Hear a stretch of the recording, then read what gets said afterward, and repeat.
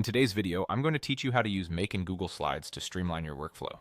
This guide will walk you through setting up a scenario on Make that integrates with Google Slides, making it easy to manage presentations directly from the platform. Let's get started.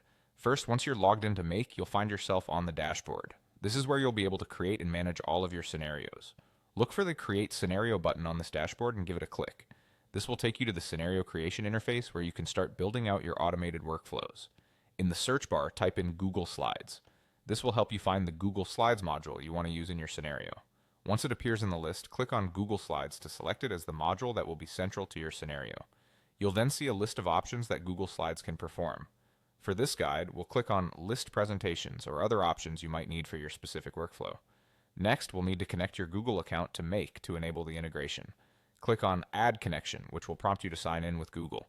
This is a crucial step as it establishes a secure connection between Make and your Google account, allowing Make to access your slides. Ensure you're logged into the correct Google account that contains the presentations you wish to manage. A window will pop open asking you to choose the Google account you want to link. Simply select the appropriate account from the list. If prompted, click on Continue, which will let Make have permission to access your Google Slides. This is required for Make to display and manage your presentations on the platform. Once you've handled this, click Continue once more to finalize granting access. This step reaffirms our selection and ensures everything is connected properly.